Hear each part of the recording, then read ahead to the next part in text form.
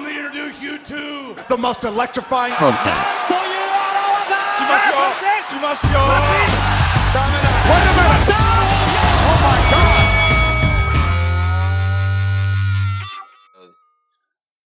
Here we go. I guess we're jumping into Let's jump into it.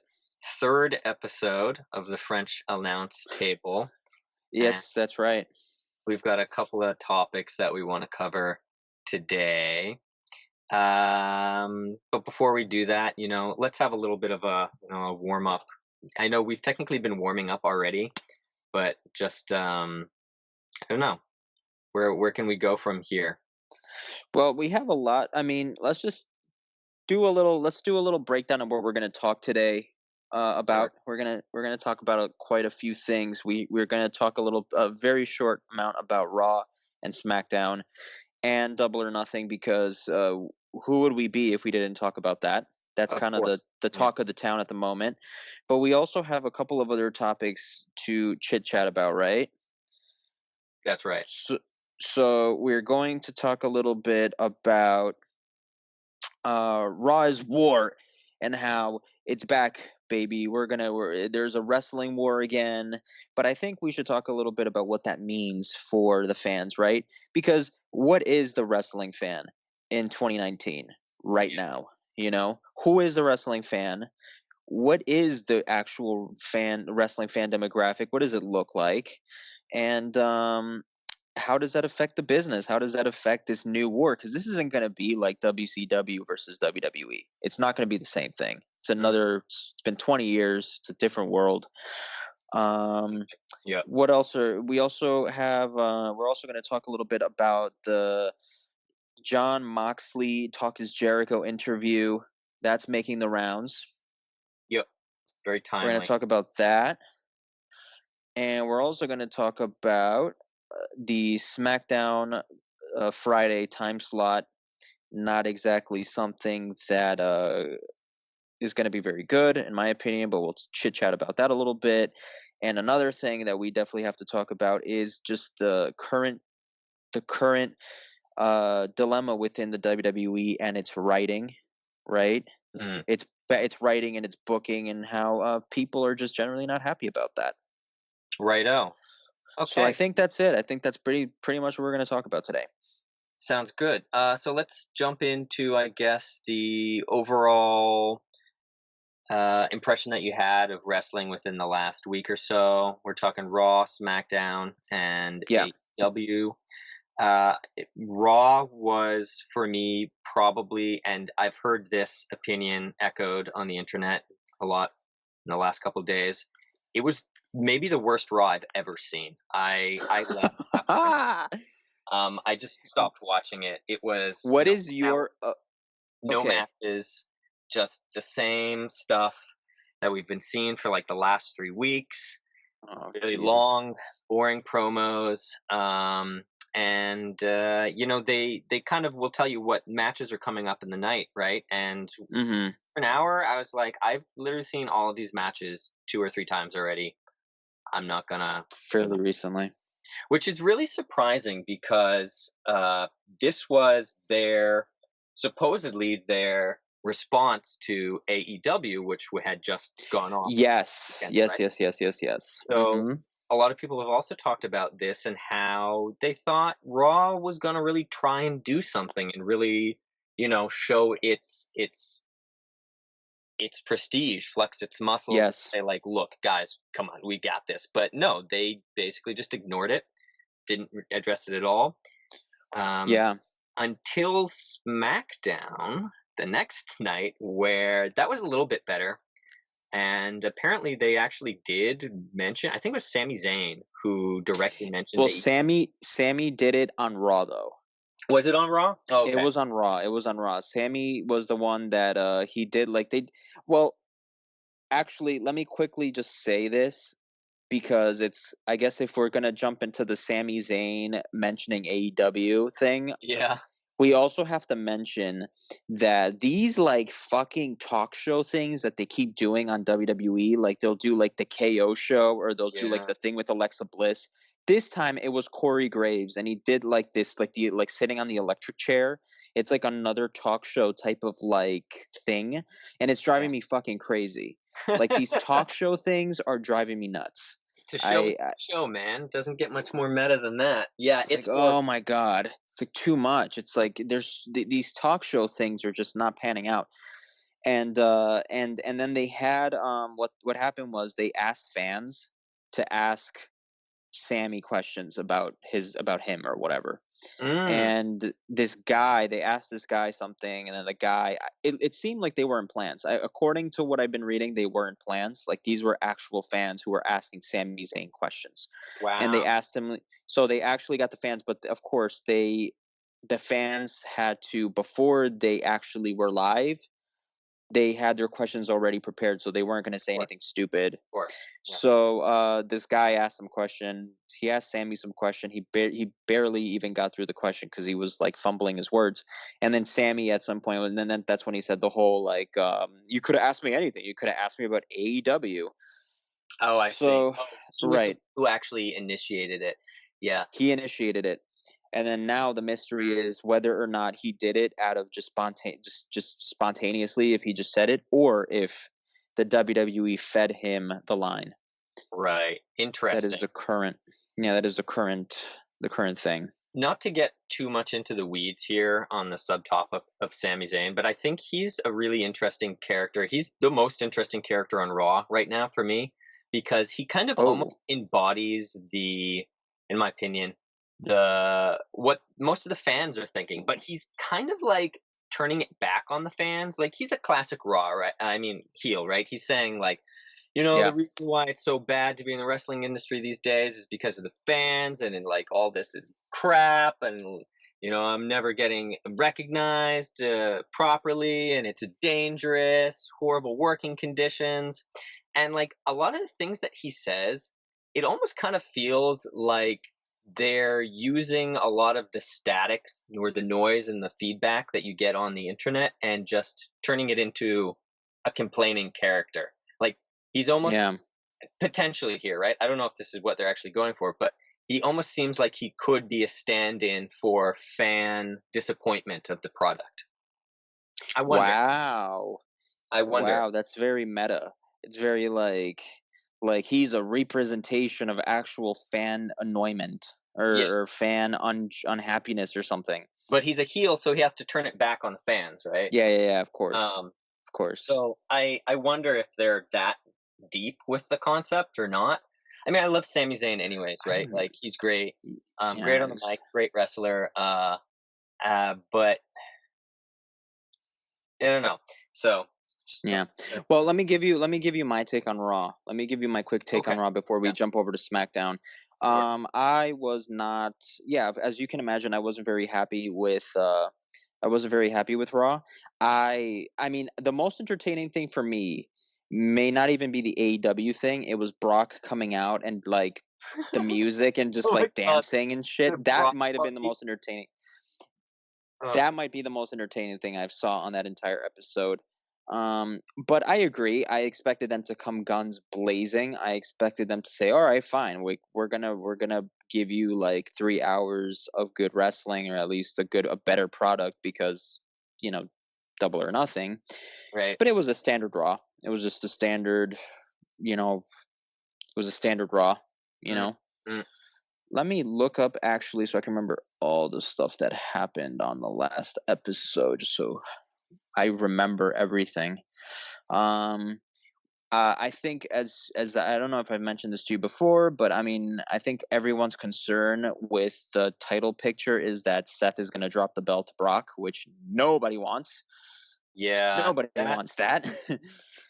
Well, kind of jumping into the SmackDown side of things, then, right? Like, hmm when there was the reveal that Brock is like, "What do you mean I have a year?" Like, I thought that was a hilarious bit. Actually, it just goes to show like how Oh yeah. little Brock either cares or knows about how the WWE actually works. Like, I assume that this was all scripted, right? Like, there's no way that he didn't know he had a whole year. Like, that's insane. But I kind of like how just oblivious and like doesn't give a shit he is. That his character doesn't know that you have a year to cash in Money in the Bank, and now they're using that as a way to keep him off TV again. Which, Oh like, yeah. great, like, cool. We have Brock fatigue. Get him off of TV. We don't care about him right now. Bring him back when we actually might get a interesting pop from him like 6 months or 7 months later, and we don't expect it. And then, Yeah. someone wins the belt. It's this crazy thing. They've been building up to it for like 2 or 3 months, and they win, and they're like, yeah, finally, blah, blah, blah, won the belt. And then suddenly Brock's music hits, and you're like, oh, fuck. Seriously now? But like, then it would actually be kind of interesting, right? And imagine Yeah, that's if true. he cashes in and he's one of the few people who doesn't win. Anyway, enough like of that kind of like wild just Yeah. Also, can we, and just a quick little, also just a quick little mention of probably one of the segments that was, I think everybody agreed that this segment sucked, which was like the whole Shane McMahon trying to like play mind games with Roman by beating up this like random Samoan dude. Joey Anaawai. Lance, I'm seeing it here. Lance Anoa'i. That's what it is. Lance Anaawai. Yeah. Yeah. Is that even him? Is that even like, is that dude like some, I don't think that guy's actually his cousin. Is that actually his like Roman Reigns cousin? Supposedly they are cousins. That's what they said on air at the time. I saw this match, and I am really tired of Shane McMahon, but I was surprised because Lance Anoa'i got some decent offense in. Like, Shane was beating the crap out of him, and then he had a comeback, and he was no selling for a little bit, and then whatever, the numbers game caught up to him, and blah blah blah. Of course, the best in the world is always going to go over, but Yeah. that was, yeah. I'm just so tired of seeing the same bits over and over again. I don't understand what they're trying to do with his character. I mean, he's a I don't know. McMahon, so he's a heel, but he's still weirdly popular. But he's like in one scene, he's just totally trying to bury Roman Reigns, and then in the next scene, he's like, "Well, I have to do my duties as the head of the WWE now, so I'm gonna book this match, and everything's gonna be cool, and blah blah blah. Look at what a nice guy I am. I have responsibilities." And it's like, it's Yeah. just weird. I don't understand what they're trying to do with that character. If he's a heel, make him a heel like all the way, and make him despicable. Anyway, Yeah, I see what you're trying to say. I agree. I agree with that. But yeah, what a Raw, huh? What a Raw. I think yeah, that was pretty much the show for the most part. My highlight as usual, or I should say one other thing I want to say that's negative is sort of like the weird, like, let's take these four random dudes and just lump them together or interchange them, and that would be Baron Corbin, Braun Strowman, Bobby Lashley, and usually Drew McIntyre gets tossed in there. But they have these four guys that they have absolutely no idea what to do with, and every Raw they just get interchanged. They just get like interchangeably swapped, and they have like these tag matches, and I don't know what the point is here. yeah. Like, what exactly So are we doing with Braun? I had an opinion about this, and I don't know if we want to leave this for later on in the podcast, but I'm going to touch on it right now. I was wondering why they do this, right? We're seeing the same matches every week over and over again, and it's boring and it's repetitive. And I think I understand their mentality that they're just trying to use the show as like a sitcom, right? Where you tune in every week and you get the same people, the same faces. They're trying to build that like roster of relatability. Our characters are these four guys, and they're always going to be on Raw, or they're always going to be on SmackDown. And now, because there are no differences between Raw and SmackDown with this stupid wild card rule, you see AJ Styles, well, not anymore because he's injured, but that's right. the big dog is on every night, basically. It doesn't matter which show it is. And Drew McIntyre is on every show, and Elias is on every show, and it doesn't matter. Like, but maybe that's what they're trying to go for. Maybe they're just trying to establish these characters. And then if you're going to a live event, you don't have to choose between Raw and SmackDown anymore. You're an 8-year-old kid, and you just really want to see Roman Reigns, right? Yeah. Doesn't Yeah. matter. Doesn't matter what the storyline is, and perhaps that's what they're going for. Having said that, I was thinking yeah, about that as well, right? Like, you could basically create a weekly comedy show, a weekly sitcom, like you said, where there is probably no cohesive plot happening anymore, and they know that, and they're just like, you know what? They're just characters, and let's just take them out, and people are going to pay because they might recognize that person. They may not be committed at all to the storyline, or they may not be committed at all to any type of character progression, but fuck it, just mm, take them out. Just have them go out there and just wrestle, and that's it. and if that is indeed their mentality, it justifies a lot of the choices that they've been making recently. And Mm, in terms of business, I mean, it kind of makes sense in terms of the art of professional wrestling. We talk about this a lot, how it's basically theater, and we want to see these storylines develop, and we want to see character progression and, drama, escalation, catharsis, etc., etc. We're not right. seeing a lot of that, but they don't really care maybe so much about those elements Yeah, they may not care at because all. They may not they're care at all. they're just looking for how to make the product more effective. And if that means putting Roman Reigns on TV every night, then, fuck the mark, Yeah. right? The smarks, rather. Yeah, screw those smart marks. Well, it's also like, yeah, it's also that it's just, if we are known as the brand, then that's what's going to sell. Like, what's going to sell is that we are a wrestling circus that everybody knows exists because we were the only game in town for 20 years. Like, there's been no other game for the average. Like, if you're just a common person from Midwest America, you don't know what Ring of Honor is. You don't know what New Japan is, and you don't care. Like, you probably have nothing to do, and you want to take your kids to a wrestling show, and it's not as different as going to like Barnum and Bailey Circus. It really is Yeah, the same. It's the same thing. It's like, I'm just gonna take my kids to see this wrestling show because there's nothing else to do, and it's my fucking kid's. I don't know. Maybe it's his 11th birthday, and we're just gonna take him to a wrestling show because he's never been there before. probably. And Probably. that's maybe what the WWE is going after, as like that is what they want. And again, this is going to go back to our eventual discussion because we are going to discuss who the wrestling fan is today. We Right. want to discuss, and we're gonna go deeper into that. Why don't we just jump into it right now while we're on the topic, and All right, fuck it, let's do it. and then, yeah, making that differentiation between this now potential reignition of Raw as war. They're not allowed to say war anymore because McMahon said after 9/11 there's no, Iraq War. can't say war. Yeah. Yeah, That's that's why. right. That's why the War Raiders changed their name like 4 times. But yeah, so Mm, now it's WWE versus supposedly AEW, right? AEW. And Mm-hmm. this is where we're getting, yeah, our probably split in the demographic.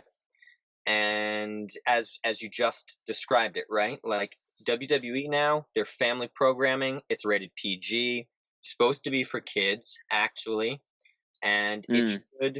it should by their branding be an event that you can go to casually, and yeah, you're going to get the same experience whether you're in Chicago, whether you're in New York, whether you're in LA, doesn't matter, right? um Mm. so and then, okay, so that's for the casuals and the younger people, and then what is AEW? Well, you would assume that AEW is the marks. They're the wrestling. They're the wrestling guys who are buying Bullet Club hoodies. You Yes. know, like they have Bullet Club hoodies, and they they probably have a New Japan T-shirt, and they that's them, that's the people who probably watch the YouTube channels that hopefully will watch this one and show some support. Um, and yeah, like, so that's the thing, right? It's like you definitely have a divide here between what indie pro wrestling has been for the last, I mean, 20 plus years. I mean, ever since the internet, there have been wrestling nerds who Mhm. gather on the message boards and like talk about the dirt sheets and like watch everything, like they watch all the indies and stuff like that, and they know who all these guys are. And then you have, like, Joe and Jill, and they have they're a family of four. They have two kids, and Mm. they don't really know what WWE is, but it doesn't matter for them. They just, it's like the bar mitzvah, and they want to, take their kids. They want to take their kids to SmackDown Live because it's It's a fun, fun and thing. Yeah.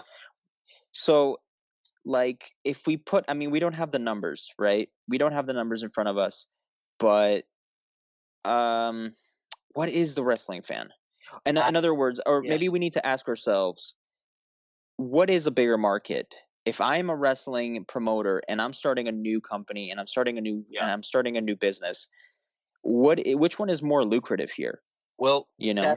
that's okay. Maybe that's not the right question because I mean Okay. you're on the right track though. Here, I think you have like gotten the path that we're trying to look at, right? Like, what is more lucrative? Probably WWE's model, right? Because it's an entire family and children, and they can market the crap out of children, right? Like that Mm, came out a little bit weird, but you know what I mean. Like toys, figures, memorabilia, T-shirts, blah blah blah blah blah, right? Um, but I think what AEW is trying to do, and I recall Tony Khan originally stated that like we don't want to compete with WWE, right? We're trying to give a different product. Maybe their product is trying to target that little bit more involved hardcore fan marky guys who have been fans of wrestling since they were kids, but now they've grown up and they don't want to be pandered to. They want to have more interesting storylines. They want more intense wrestling. They want to see more throwbacks to the like traditional styles. Something my sure. brother says all the time, he'll be like, "Oh, it's a dusty finish," or like, "They should have done a dusty finish for this match." And if you're not familiar Right. with that phrase, it's like the type of ending that Yeah, Dusty yeah, yeah. very famous for, right? He's like, well, in order to make everyone kind of look good, there's going to be this weird thing that happens so that it ends in a strange way so you can keep the momentum of the feud moving forward instead of just having it one and done, right? So Yeah. that's definitely a plot device that was used back in the day, and like these Yeah, kinds of sure. people who understand those concepts, I think that's what AEW is targeting, right? Like your New Japan fans, your informed fans, the people who understand what kayfabe is, but want it back, but also want to be able to dissect it. And it's like, it's very meta, but WWE does not they don't really pander to those people, right? No, absolutely. Yeah, of course not. I mean, I guess you could probably say that if you were going to the kinds of people who are really passionate about AEW or are passionate about wrestling and not sports entertainment but wrestling are going Right. to be the types of fans who like are really into Dune, or they're really into any other type of very involved storytelling universe of any type where you have to really dedicate your time to it. It's fandom. It's fandom. That's what You it know, is. here's an interesting um, correlation that maybe we could build. I don't know how we would be able to get these numbers, but for example, I wonder what the overlap. I mean, we could do a poll about this. I don't know where we would get the people to poll, but maybe we can figure it out later on.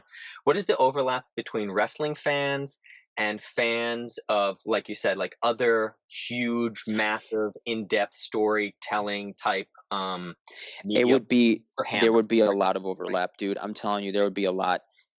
There would be a lot. I know. I mean, maybe, again, not speaking empirically here, but I for sure have a lot of. I know a lot of people back in the States who friends of mine, coworkers who are like your typical, I go to NXT shows and they're also into like Star Trek, or they're also into like MCU, like the Marvel comic universe, like they're really into that. There's a huge overlap in those two things. Huge. Yeah. You know, like this sort of really here, I mean, what it is like your wrestling fan is also probably a fan of story universes. That's what it's, a story universe, you know? Oh, indeed. Yeah, I agree. It would be very interesting to see if we could pull that kind of data and then maybe even figure out where the biggest overlap occurs in these two huge story universe fandoms.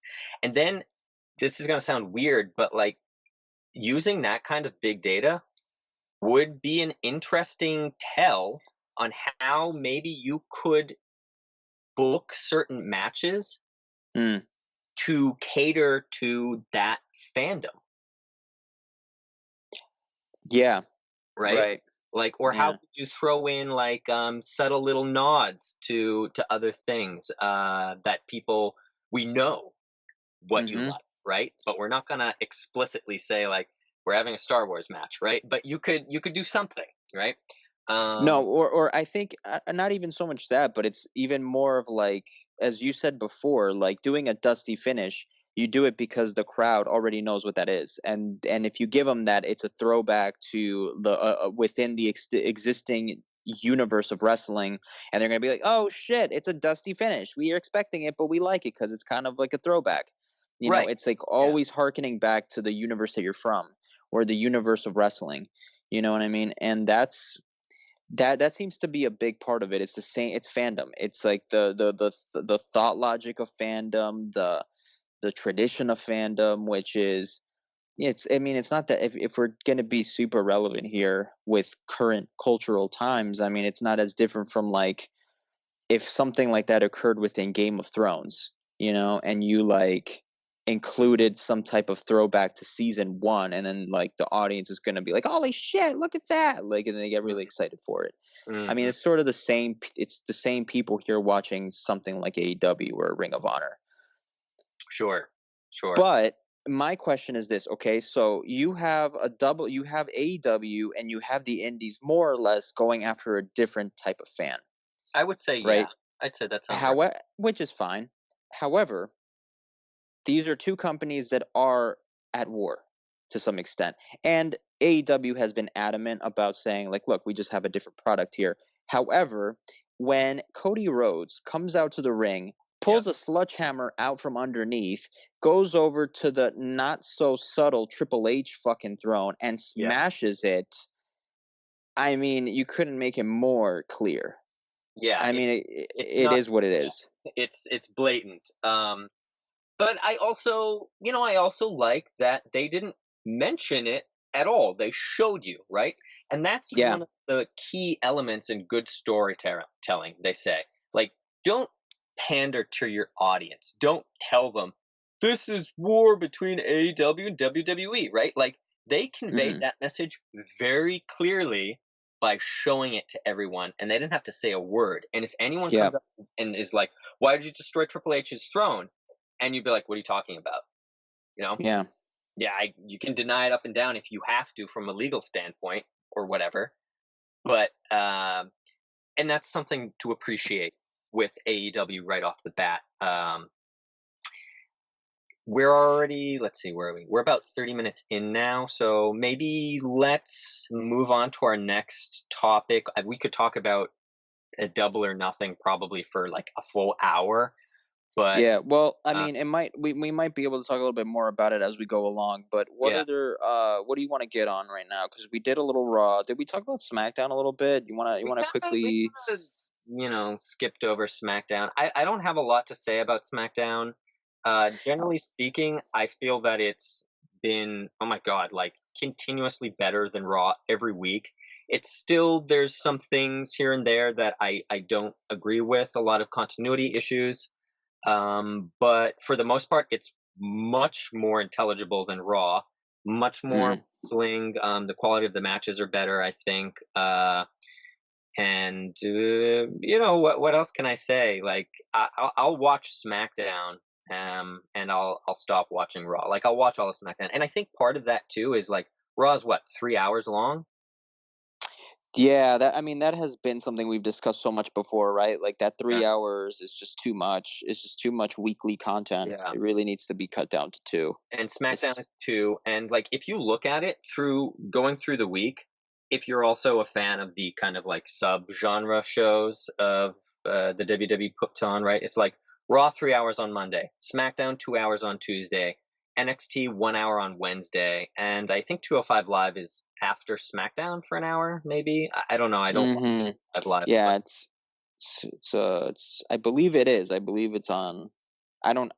I'll be honest with you. I don't watch 205 Live. yeah. I should. I That's really that's a should. problem. That's a problem And be it. because like, but they don't give us a good reason to watch it, and it's just like you don't watch NXT, because I don't know why, but they don't give you a good reason to watch it if you watch SmackDown and Raw. But I'm going to tell you, NXT is their best product. I haven't watched 205 Live, so I can't really make the comparison. But my brother Mm, knows what's going on with 205 Live, and like he tells me like, no, NXT is the best. Come on, and that's the one that we actually watch when we want to get um that wrestling fix, that traditional wrestling closer. It's like I said, before we started this, it's their kind of their version of the indie product. It's Triple H's brainchild, and yeah. you can tell that they really fucking care about keeping the wrestling purists idea of wrestling alive. um Well, it's what you but know what you would also have there if that's the so basically since the thing is this, the WWE has a product that sort of mimics the mm, indie wrestling look and feel. Longer matches, and all that, and sort of the same type of action you would come to expect from an indie, right? So mm, it's not like the WWE isn't aware. Like they know indie wrestling. They're very much aware that it exists, and they're trying it. They're actually doing it themselves. Like they are doing their own version of it and doing it very well. I love NXT. I mean, I am starting to actually watch NXT. I started oh, watching you it are. now. Okay, I that's great. am. Yeah. I have jumped on board. I mean, because I know that it's kind of ridiculous for me to talk about wrestling if I don't watch NXT because it's an integral part of wrestling. Um, Now we got to start watching 205 Live too. Jeez. God, it's so much freaking 205 Live, what is it? True Divas, Total Divas. Yeah, but Total Divas. that's technically not like wrestling I itself. It's more of like a No, wrestling that's reality TV. reality But TV. if you want to be full on, but my point was, like, the WWE is doing their own version of the indies. It's not like they're not doing AEW. They're doing their own version of AEW. They're doing it at a smaller scale where it's not as seen as Raw or SmackDown, which means that our hypothesis that maybe Raw and SmackDown are being treated as a circus sitcom show with no cohesive story on purpose is probably the case, right? Could Because be. they already have a product that does have that to some extent. Mm, They mm, already have NXT, which is that product. It's just being decided. It's just the NXT is the farm system from which they pluck the best stars, and right. eventually they end up on the big show. So that might just be the case, Mm, Like there is a case to be made that Raw and SmackDown are not intended at all to be to appeal to your like hardcore fan at all, man. Like they're probably just like it really might just be what we've been saying all along. mm. If that's the case, and I don't want to dwell too long on this topic, but if that is the case, then I would rather see NXT stay alive in its own universe and not have so much overlap with Raw and SmackDown. And I know that's kind of weird because they don't have a lot of overlap, but what happens is those guys from NXT, they'll stay there, they'll build their character, they'll get their storylines going, and then they'll be Mm, called yeah. up, right? It's not even a great move for them because you'll see No. guys like EC3. EC3 Oh man. used to be Don't a even get me big started on that. deal in NXT. Like he Yeah, was he one of was. their top guys, and now he's a fucking joke, dude. He was on. I Yeah. think it was either Raw or SmackDown. I don't remember this week, and he looked miserable. He was at you could tell that he was forced to be at this party. It must have been Monday because it was Memorial Day. It was Raw, yeah. He was forced to be at this party Yeah. holding like one of those red cups, and like people are like, "Yes, Oh yeah, the Usos party, the Uso, right? Was it like the Usos block yes, party or whatever? yes." And Yeah. like, yeah, whatever. Like, dude, his face looks so miserable. And I'm Oh like, yeah. I'm not even surprised. You got buried by Braun Strowman like 3 times. You have been on TV like, I don't know, twice in the last half year. And what else? Like nothing. Like, look, EC3 is by no means my favorite wrestler on NXT. He's not even that great, but he had for wrestling, he's all right. But he had a gimmick, and he had a character, and he had momentum, and you could kind of I could get behind him, and now he's nothing. Like he's no, Yeah. and it's sad. Yeah, definitely. EC3, man, I remember originally seeing him and stuff, and I remember when he first got called up, there was a lot of hype around what he could be, and it kind of nothing, you know, Yeah, nothing happened there. You know what I mean? it's But pretty sad. and if we look at it from that point of view, right? This is what we can say. Maybe the Monday night, maybe the new wrestling war is not really a war for ratings. Maybe it's not so much a war for ratings. Maybe it's not so much a war of who's going to get a bigger. Or in the beginning, it may not be that. That might not be what's at stake here. It might be the talent. Who's going to get the good talent? Because if you are an NXT wrestler, Mm, right? mm, And mm. you still like if you're Tommaso Ciampa, if you are, if you're any of these guys who is a great wrestler, who's like really good at Adam Cole, if you're like really good at what you do and you're passionate about the business, Yep. you don't want to get called up. Why the fuck would you want to get called up to Raw or SmackDown? Like Right. it's going to be a thing where if you are doing it, if you're NXT champ or you're doing really well, what you have there is no incentive to get called up to Raw because you've seen it happen before. Like you're just gonna get misused. You're gonna get probably squashed and you're gonna job a lot. You're not going to be excited. And then you're gonna say, well, fuck it. Like, why would I stay here when I could just go to AEW, make more money, and I get to basically I get to And be you're a star, myself. right? Yeah. Yeah, I get to Yep. do what I love. Why Yep. would you even want to get called up? And that's where it becomes an issue because for a lot of the good talent that's out there, they're going to look at AEW and say, "Well, I would rather be there." You know, I would Definitely. rather be there. Why would? So it's more of maybe not even so much a battle of ratings and a battle of viewers. It's a battle of talent. Who's going to get the Mm, really, really good talent here? that's interesting. Because where is the talent going to want to go?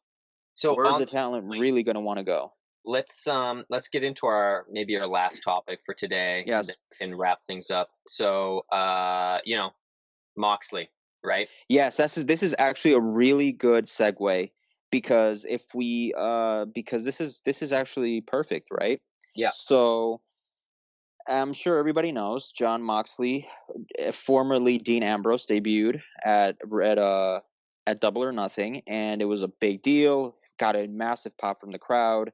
I know I marked out. I thought it was really, really fun. And I think, and you haven't seen it yet, but I heard the Talk is Jericho Mm, podcast with John, yep. right? And that is one of the things that came up, right? So, should I just do a quick recap about what he said? Yeah, yeah. Tell me, because I don't know. So, yeah, tell me the point that you thought was really interesting that he delivered on Jericho's show. All right, so he basically aired his grievances out about the company and his time and his fine, and I think his last year and a half in the WWE. Yep. It reminded me a lot of like the CM Punk Colt Cabana podcast from a couple years ago, where but it wasn't as bad, like because CM Punk when he did his, he was just going off on Yeah. everything and everyone, like Triple H, like the whole thing. Moxley sort of does the same thing. He's a little more respectful though. He's a little more like, I'm very grateful. This is where I met my wife. Like I met a lot of great people. I have a lot of friends here and and all that. But he definitely talks a lot about the bad writing. This is something and Vince, like he really talks about Vince and how Vince is just like completely, like, he just has no idea. he's completely out of touch with He's off his rocker. Yeah. These are like the main points he makes. It's like Vince and basically how he was being utilized in the last, I think, year plus, which is what. So he knew for like a long time. I think he knew since last year that he was going to leave. Yeah, So I he know. heard rumblings about him, wanting to leave for a while. I don't think that was a big secret. Yeah, it wasn't a big secret. So he speaks on just some of the ridiculous things they made him do. So he goes back to like a year ago, and he was out with an injury. And when he came back, like he was really burnt out. He was completely burnt out. And he speaks on some of the scripts he was getting from the writers and just how bad they were. What was particularly bad about it? Do you know? He mentions, God, there was something where they had him like, they wanted him to come out with a gas mask. I don't remember seeing this on SmackDown, but at the time, I remember it. Yeah, it was. I don't remember. I can't remember this. Their rip-off version of Bane from The Dark Knight, right? Yeah. Okay, now, Yeah, anarchists. So they had him coming out with a gas mask, and it was like the crowd is, I just have to wear this thing because the crowd is so nauseating to me or something. And he just thought it was like the corniest thing ever. So he's like, dude, this is horrible writing, and he hates it. Like, he just hates the way his character is being written. And like the writers are just like, well, I don't know, like talk to Vince. Like this is just what we're giving you. So Vince is like, oh, but this is great, kid. Like, this is awesome. Like, that we think this is great for your character. Like, it's just kind of like, Vince is really just insane ideas, and how he just doesn't like them. He just doesn't like at all what Vince is giving him. And that frustration just keeps building and building and building. He's out with an injury. He comes back after 9 months, and they immediately put him again in a program with the Shield.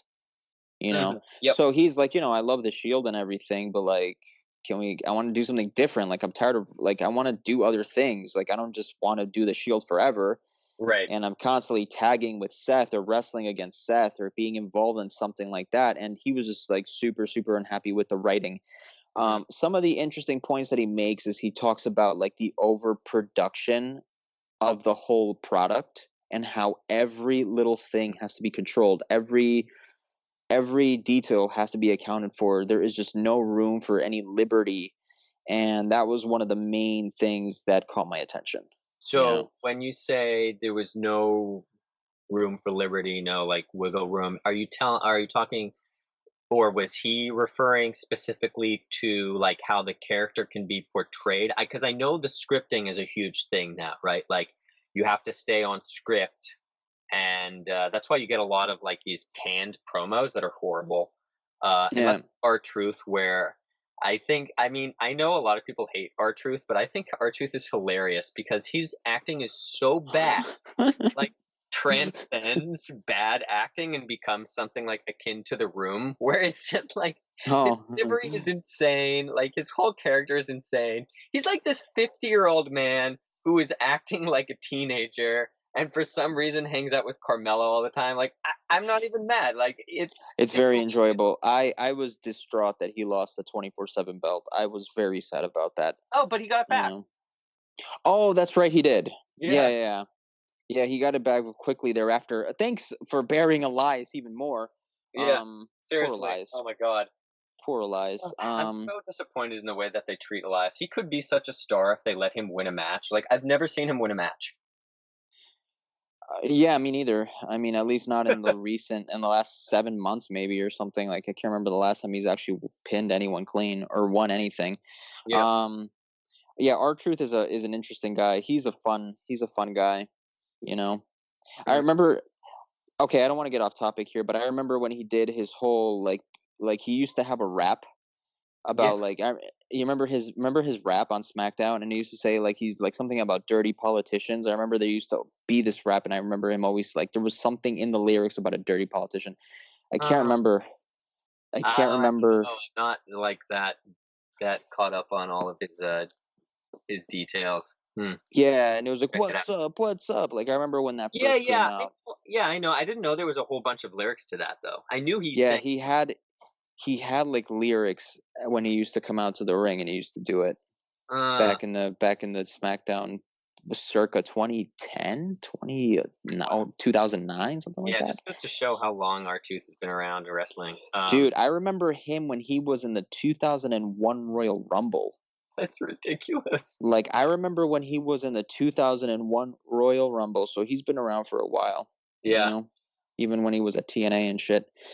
Okay, anyways, getting back on topic, we were chit-chatting about the John Moxley interview. Yeah, so Right. So mostly bad writing, and Vince kind of being senile and over controlling, and over controlling, yeah, that was yeah. more or less his thing, but it sounded pretty bad, dude. He sounded very, very miserable.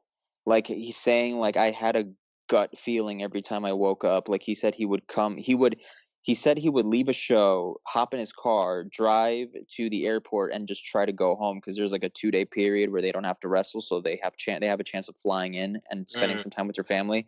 mm, And he said that he would just like instantly leave the arena, get on a plane and just go home, you know? And wow. he said he was burnt out. He said he would like stare up at the ceiling before he would go to bed and just like analyze his life. Wow. And and this is okay, so this is what I want to get at. Dean Ambrose, and I guess I should start this way. Wrestlers, I mean, not every guy who is wrestling is a wrestling fan. There are certain people Okay. Yep. who are athletic guys, they're big, they're jacked, they want they want to make a good paycheck, and that's it. Sure. They're not exactly passionate about the business. Your ultimate Th- warrior types, so to speak. yeah, and you're gonna get that, and that's fine. There's guys out there who have the look and they could put on a match and they're marketable, whatever, you know. But Dean isn't that kind of guy because Dean was very adamant throughout the podcast about talking about his passion for the business. So Mm, he's like apparently he was like, look, the WWE was offering me a shit ton of money, like they were offering me huge money, and I don't care about that. He mm, said he just didn't care for that. He said he wanted to all he knows is wrestling. This is what he loves. That's his passion. His mm, passion is wrestling, and that's what he wants to do. And he doesn't care about the money at this point. Like it's just not he doesn't care about having lots of cars and houses. That's just not who he is. So that is kind of an interesting point because a lot of the talent, whether it be him or other guys who we've seen like AJ Styles or Seth mm. Rollins, like these guys started in the indies. These guys are very passionate about what they do. Right. You definitely have to these guys are passionate about the business. They love what they So do. maybe what we're going to see in the coming years then is this divide that's going to get bigger and bigger Yeah. between WWE superstars and now AEW, right? Where AEW is gonna That's what I'm pick up. getting at. Yeah, yeah, That's what I'm thinking. And when I mentioned before like the whole division of talent that AEW versus WWE is causing, and how maybe the division of wealth within the talent is really the thing we have to look at. That's what I mean, right? Because if you are a passionate, if you're a Samoa Joe, if you're like a a Dean Ambrose, if you're John Moxley now, a Seth, or if you're any of these guys who Kenny Omega or mm, Jericho, yeah. these guys are clearly like they're very passionate about this thing. Like they're not in it for a paycheck. I mean they are, but And I they're think the irony is that Jericho was saying when he first signed with AEW that he makes more working for AEW than he did working for WWE, which is absolutely right. insane because Jericho was and probably still is a huge draw. Like he was one of the top 3 guys back in the Attitude Era, right? It was like so if Jericho is Yeah, still for a coming little while he was. I mean, what was and it? It like was Austin, Rock, Triple H, probably Undertaker, and then somewhere a little bit below that was Jericho. yeah, Jericho was but he's probably one of the top guys there. he's a big name, right? And if he's getting to do what he wants and he's getting more, like, oh, come on, like you can't. There's not any choices anymore, and it's not surprising to hear about all these guys who want to get released, you know, end out their contracts and then probably, hopefully, head over to AEW. Um, Right. having said that, let's wrap up here for today, Mm. and we'll try to, yeah, let's wrap it up in a neat 50. And any final thoughts? Yeah. Okay. What do we want to get on? Let's Yeah, look so a we had, little bit at what do you want to say, Jack? What parting word? I mean, not parting words, but what last thing do you want to quickly cover? well, I was thinking, we have a lot of stuff that we want to get around to talking about, so maybe we can kind of preview that and hopefully pick up. We talk about continuity, right? We complain about how Mm. there's not a lot of continuity. Why don't we, throw a couple of ideas out there, and maybe we'll pick them up for the next episode? How's that sound? Okay, let's do it. Um, Um. so from my side, right off the bat, I can say uh, there's this topic that you and I have kind of discussed uh, before recording this a couple of times: the sexuality and celebrity that is mixed Yes. with a well, I won't say WWE wrestlers, but just wrestlers in general, right? Like there's a lot of kind of stardom that's involved, Mm. larger than life characters, but there's that undeniable kind of sex appeal that men and women wrestlers have, right? So, there's a lot of physicality, they're in great shape. And I kind of want to dive into that a little bit more, and maybe touch upon the philosophical topics of like how does celebrity affect perceived sexuality, or I mean, sexual attraction, so to speak. And specifically, we're going to be talking about Becky Lynch here. Yes, we were going to talk about this, right? Becky is she's a good-looking woman. She's attractive, and she is arguably, you would say, the biggest female star in the company today. Righto. You know, So, so yeah, let's talk about that a little bit. I think it's also an interesting topic to talk about because we are in an era of wrestling where women's wrestling is like pretty damn good. indeed, Like yeah. it's right up there with the guys. They Money in the wrestle just Bank, as well. the women's matches were better They than were the men's fucking really matches. good. Yeah, no, Yeah, they were really good. And I know we're talking about AEW here, but like I was a huge fan of the women's matches on the early card of Double or Nothing. I liked them a lot. yeah. I The Japanese women's match, I saw That that. was a great That match. was pretty good. Yeah. Yeah. Okay. And what about you? What topic do you want to bring up in the future? Hopefully, the next. Um let's chit chat about that. Let's talk a little bit about the sexuality in wrestling. I also wanted to delve a little deeper. Okay, so we talked today about different wrestling fan bases. We Yep. talked about the casual fan. They want to see the circus. They don't really care who the characters are. They just want to see people do flips. That's fine. Yep. Or they want to see a name that they already know from television or something.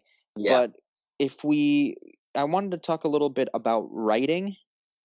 I want to talk a little bit about Very interesting. writing within the logic of a story universe in the wrestling world. So, for example, Mm, if we look at the hardcore wrestling fan, yep. what is good writing to them? Because they Mm, are analyzing everything. They are coming from, like we said before, your hardcore wrestling fan is probably also into other storytelling niche universes, whether it be mm, Marvel or whatever. What mm. exactly makes a great wrestling story to the hardcore fans? I What really like exactly? this topic. Yeah. Let's Uh, delve a little deeper into that because that's a big thing, right? I mean, for for people sure. like us who are dorks and and uh and sit here and watch wrestling for hours, what is it that makes us tick? What is it that makes us like something? You Right. know? And maybe we could look a little bit at narrative for that. So Definitely. Very, very nice. Okay, so let's wrap it up there. We've given our teaser for the next episode. Hopefully we're gonna get that out sooner than later. yes, we'll And do that, and we'll also we'll do a little Raw recap, a little SmackDown recap as we always do. Maybe talk about some future pay-per-views or the future events that AEW are going to be doing as well.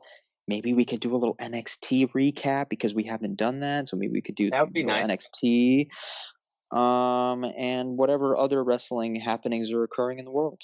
Lots of possibilities here. So, Yes. all right, let's cut it off. And that was Cool. French Announce Table. Yes. Hopefully, yeah, we'll get For all another 10 of you out there, for all 10 people out there, like Hey, that come on, might there's like by probably chance hear this. and 2 of them are us. Yeah, yeah, maybe 8 of you. Maybe there's like 8 of you out there that want to listen to 2 idiots talk about wrestling for like 45 minutes. All right, Please there we tune go. in next time. Until next time.